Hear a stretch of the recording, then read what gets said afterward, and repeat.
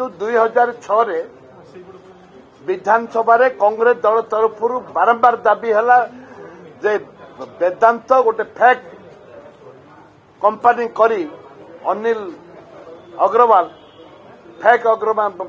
गोटे कंपनी करी सी 5000 हेक्टर जमी पाखापाखि 10,000 एकर जमी से नौचंती एवं ता भितर जगन्नाथंकर 1500 अमृतबण जमी राज्य सरकार तांकु देइचंती। एटा हाईकोर्ट रे केस है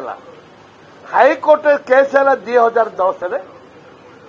एवं हाईकोर्ट निष्पत्ति नेले 2011 रे जे से जमी नबा उचित नुह परमुहूर्त राज्य सरकार जो आश्चर्य राज्य सरकार तत्कालीन राज्य सरकार सुप्रीम कोर्ट गले 2023 रे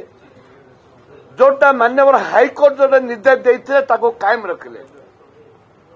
एवं कहले तुरंत से जमी जगन्नाथ ट्रस्ट रु फेरी जाऊ एवं जो गरीब चाषी मानकर जमी 5000 हेक्टर तुम नहीं तुरंत फेरस्त कर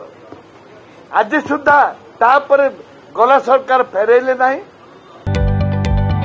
जदि आपंक आम भिडी भल लगा तेब आम चैनल को लाइक शेयर और सब्सक्राइब करने को जमा भी भूलु नहीं।